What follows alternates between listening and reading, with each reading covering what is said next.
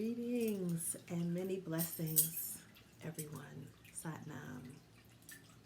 Satnam means you are the truth. Truth is your name. So, here we are. I am, among many things, daughter and priest of Oshun, daughter and priest of Oya. I am also daughter of honored ancestor Glennis Alina Anderson Gladden, my mom. And I am the great-granddaughter of Dorothy Gamble Stevenson, who is my lead guardian ancestor. Greetings. So I go by many names. Ia, people call me Kenya, that's my birth name. Mahalia Dara, many names. So, of Honey Soul Yogini, I am here today to share with you all about the topic, how I survived a poly relationship. Now, this is a loaded topic, obviously. And one of my god sisters would say to me, she's like, wow, I'm surprised you're not talking about that. You're not, sharing about that. Because lots of sisters are going through that. That's what she said to me. And she said that to me a few years ago. And then she was kind of like, all right, well, maybe it's a thing that you'll talk about later, and whatnot. And so, it's interesting how it had never crossed my mind to talk about this specifically. And so that is worth exploring. And when exploring that, what I realized was that this is something very private and very personal and whatnot, but when I feel around, it feels like what I really was doing was protecting the person that I had this experience with. And yeah. And so my devotion as I share about this will be to neither protect him nor vilify him. Okay. Because it's my story. I get to tell my story. I get to share my story. And that is that. And something that I say to my students is let people's own good character protect them. So there is that. So we will all one day stand before even our own Ori to just look over our lives and see how do we do at various stages. And we all really need grace. All of us, we all need some grace. So so none of us are without blemish. And as I share about this, you will see that I am using it as an opportunity to teach, an opportunity, yes, to share, because it's more important that any of you that are experiencing this or that have, and the way that you are processing it, it doesn't feel beneficial for you or healing for you. It's more important that you all hear something from my sharing than it is that person stay safe or that I stay in any particular way safe from this being exposed. There is something at every turn as I'm sharing about this. I will be also sharing my the impact that any of my emptiness has had on others and on the situation, to the best of my abilities and from all that I can see, from my vantage point and from expanded vantage points, as I have heard from my egun, through divination and from elders and such. Um, so, uh, so I also wanted to say something I wanted to say. So today is it's a very beautiful day. This is very meaningful to me because I just I have the all overs about being recorded, saying things. I feel more comfortable being in front of people and teaching, speaking, and whatnot than I do for some reason on the recorded devices. But I'm feeling exceptionally comfortable today. I did some spiritual things to take care of myself before coming on and to get my help aligned and to center and ground myself. So I feel really good about this right now. So, how I survived a poly relationship. So, starting out, I will say that, and I have here. So I have notes, but I'm really like writing them as I'm going to be talking. But in the beginning, so in the beginning, so this is not a beginning all the way at the beginning of my life or with dealing with my parents or something like that. It's just more like in the beginning when I initially met this person. So a wonderful friend of mine was telling me that she was seeing an astrologer, and that just blew my mind. I was something all over me went, you have an astrologer? Like, I feel like I'm supposed to have an astrologer. So she referred me to her astrologer. Amazing, amazing, amazing, brother. Amazing experience. So I went to see this astrologer, and it was just incredible the things that he was able to see about me from looking at we'll say my star chart. And so he was very brilliant, and it was warm, very comfortable, the environment, and one thing that I want to credit him for is when he looked at my placements, he said, "Oh, you're an action-oriented cosmic goddess." It's so funny when I hear it like that. It's just like, yeah, and that is based on some of my astrological placements. And so, but another thing is, so I came to him with a particular thing that was going on at the time that related to my then husband. So I was married at the time, and things were things were interesting, and I want to credit that mostly to me because this person, my husband, who I was married to at the time, he was like one of my best friends. Like we just immediately we were very comfortable with each other, and it was very, very nice and very warm. And as I see it, as I reflect, that person is my friend.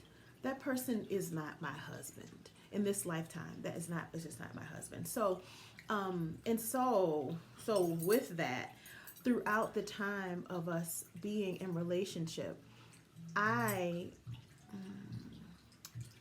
believe I was continuing to do this thing that I had done cyclically with other relationships, and where I would kind of dissolve and kind of break up with them like every time I had PMS. Like it seemed like it was like monthly. It was mostly monthly, and I continued to do this follow this pattern while I was married to the person I was married to.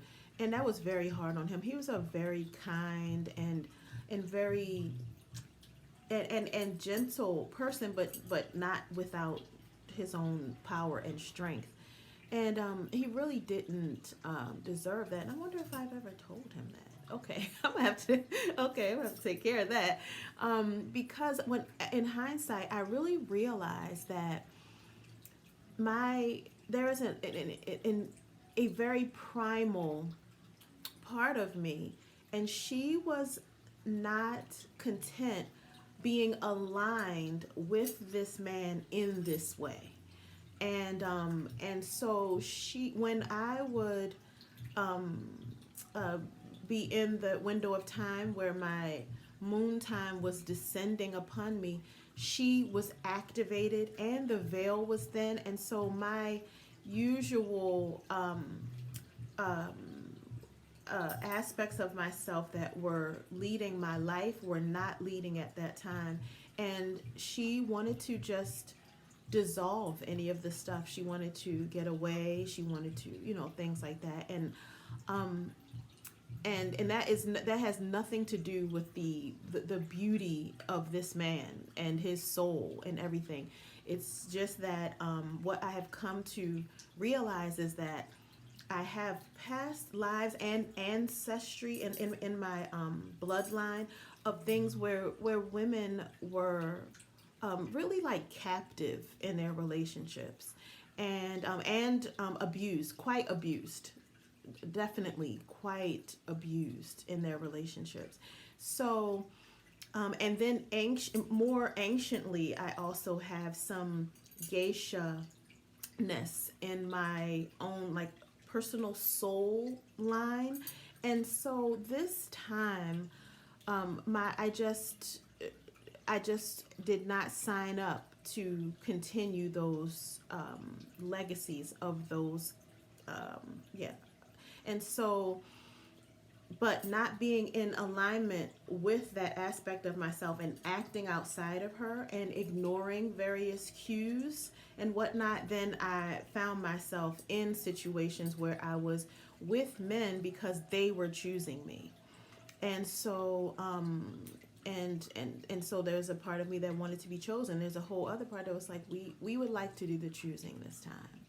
We that simply that we want to be with our favorite. We want to be with whoever is our favorite. We want to be with them, and we want the freedom and the power to have that kind of agency over our own being and our own experience. So, I was we were in a funny place, meaning I'm sure that me and my energy was coming and going into, like in the space of that, because he was pretty stable and easygoing. And so so I went and saw this astrologer, and so there was something going on that related to him, my then husband, his best friend, who I went to high school with. His best friend was staying with my high school sweetheart. Tangled. Tangly. And I shared, and I had been in my energy, I had been seeking my high school sweetheart's energy. I had been seeking to connect with him, and like energetically. I don't know if this is coming apart. Energetically, and so when I talked to the astrologer about that, and then I told him the situation. So this person that I had been wanting to be in space with, and mind you, it's not me and my husband. It's not like we didn't really have friends that were of the opposite sex. So this is not something that flies in that situation. So when I shared that with the astrologer, when he saw the configuration of the fact that the person that I wanted to see, that I just wanted to be, I just knew I wanted to be around his energy, the person I wanted to see, he was like, oh, they're like configured around him in such a way, so like don't mess with that. He was almost like they're like gargoyles, like at the gate to where this person is, and so don't mess with that. So anyway, I did not listen to that. I heard that, but I did not listen to that. And so anyway, that's another part of a story. We'll talk about that another time. Okay, but we're talking about how I survived the poly relationship. So anyway, one thing led to another, and me and my husband at the time ended up separating. And so that, with all of its woes and whatnot, and I think I went to go and stay at my grandmother's house. Is that what happened? I think so. Nonetheless, I then ran into the astrologer at like a supermarket. And at the time I was like me and my then husband were like seeking to like work it out some kind of way and whatever. So I shared that with him and he went, "Oh, okay, well that's nice. That's good. Good for y'all." And he was like getting some stuff like for dinner, or I don't know, whatever it was. And so then I went about my business. Then sometime later, I found myself wanting to connect with the astrologer guy. I was like, oh, if it, it's like it felt like energy that would be good for me to be around. I think you all can understand that. It felt like that, right? So so I reached out to him, and he answered. But then he was kind of weird on the phone, and I was just and he said I can't remember what he said, but his energy was so, I don't know. I mean, all I can say is that it was odd that all I remember is like getting off the phone, and I was like, well, okay, that was interesting. So later at another time, I'm not sure how this went like timeline wise. So still separated, and then at this time like not working it out separated wise or whatever. And so we ran into each other at a store, and it was like, it was very interesting. I just happened to be in this store. He walked in with someone and he was standing there, and his energy was very, very focused-y with me. Okay, I already see I'm on 16 minutes. I thought I was going to do 15 minutes for part one. Here we are. So his energy was very focused-y on me, and so I was like, hey, whatever. And he gave me his number. He was like, you want to come out? Because he also was a sailor and stuff like that. And he's like, oh, you want to come out on the water or something like that? And he gave me his number. He didn't take my number, but he gave me his number and da-da. And I just later, so I found him. So I looked at him differently this day, and I did find him attractive. He's a beautiful man, right? And lots of interesting things going on with him, right? And so I remember later, I felt the all overs about it, and I heard it's too much water. I'm like, I don't even know what this means, but I heard it's too much water. And so, okay, one thing led to another. So I didn't contact him, and then I'm trying to remember where we met back up. It's escaping me right now, but we ended up meeting back up at some point. I wish I could remember what that was, and then we started seeing each other, and it was then that I really found out. So I know that he's a water sign person, and then that he's down on the water and stuff. And so it's like, okay, well that is a lot of water, okay. And then when people are like, it's too much water. And then I later found out that he was a triple water sign also. It's like, what? Okay, that I had no idea of. So anyway, we get involved with each other. We get along. We get along so well. It's fun. It's juicy. It's like that. But an interesting thing happened when we were intimate.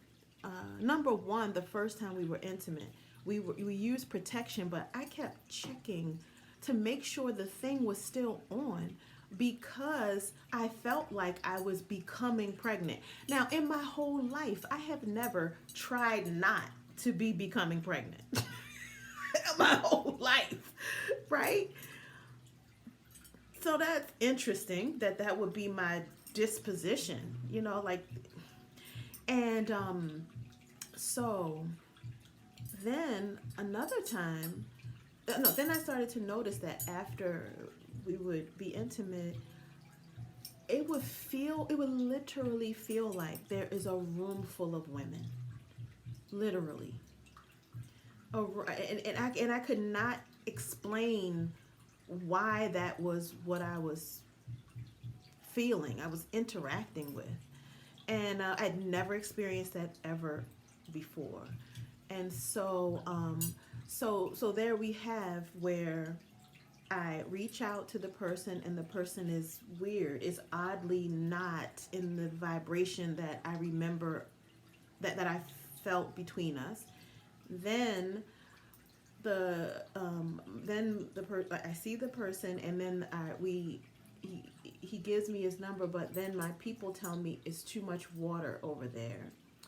Then we connect. I don't remember how that happened. We connect, and then we're being intimate, and then I'm feeling like I am becoming impregnated through a prophylactic or something. And then I feel a room full of women, in the wake around us after being intimate.